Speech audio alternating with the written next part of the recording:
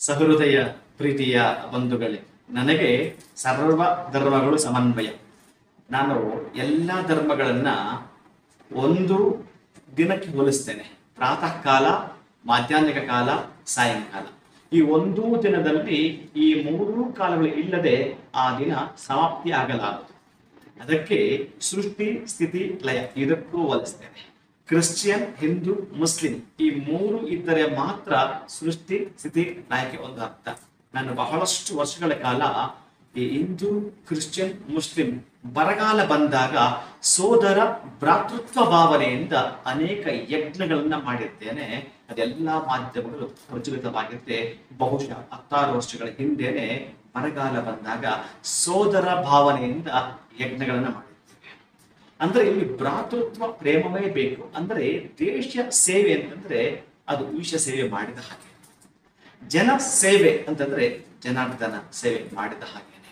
ಒಂದು ಪಾತ್ರೆ, ನೀರು, ಬೆಂಕಿ ಈ ಮೂರು ಇದ್ರೆ ಆಹಾರ ಅಂದ್ರೆ ಸಮಾಜಕ್ಕೆ ಕೊಡುಗೆಯನ್ನು ಕೊಡಬೇಕಾದ್ರೆ ಹಿಂದೂ, ಕ್ರಿಶ್ಚಿಯನ್, ಮುಸ್ಲಿಂ ಈ ಮೂರು ಸೇರಿದ್ರೆ ಅನರ್ಘ್ಯ ರತ್ನಗಳಿವೆ.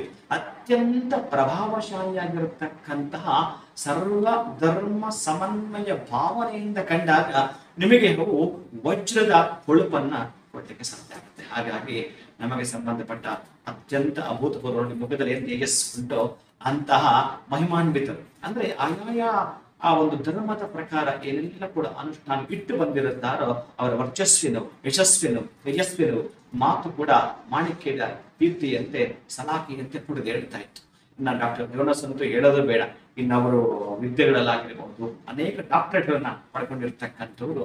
ಅವರ ಭ್ರಾತೃತ್ವ ಪ್ರೇಮ ಇದೆಯಲ್ಲ, ಎಲ್ಲರೂ ಒಂದಾಗತಕ್ಕಂತಹ ಆತ್ಮೀಯ ಭಾವನೆ ಈ ದಿನ ನಮ್ಮ ಒಂದು ಶಕ್ತಿಪೀಠಕ್ಕೆ, ನವಶಕ್ತಿ ಪೀಠಕ್ಕೆ ಬಂದಾಗ ನನಗೆ ಬಹಳಷ್ಟು ಆನಂದ, ಖುಷಿ, ಸಂತೋಷ ತಂದದ್ದು. ಸಕ್ಕರೆಗೆ ಕನ್ನಡದ ಕತ್ತುರಿಗೆ ಸೇರಿದರ ಸವಿ ಅದನ್ನು ಕೇಳಬೇಕೆ, ವಾಲ್ಮೀಕಿ ಜೊತೆಯಲ್ಲಿ ಪಂಪನ ಕಲಿತಲ್ಲಿ ಆಗುವ ಅಮಿತಾನಂದ ನಾ ಹೇಳಬೇಕೆ. ಹೊಸ ಚಿಗುರು ಹಳೆ ಬೇರು ಕೂಡಿದರೆ ಮರದ ಸೊಬಗು, ಹೊಸ ಯುಕ್ತಿ ಹಳೆ ತತ್ವ ಒಡಗೂಡಿದರೆ ಧರ್ಮ. ಹಾಗಾಗಿ ಅಂತ ಎಲ್ಲವನ್ನೂ ಸೇರಿದಾಗ ಒಂದು ಮರದಲ್ಲಿ ಬೇರು, ಕಾಂಡ, ಪುಷ್ಪ, ಹಣ್ಣು, ಹೂವು ಇದು ಸೇರಿದ ಒಂದು ಮರ.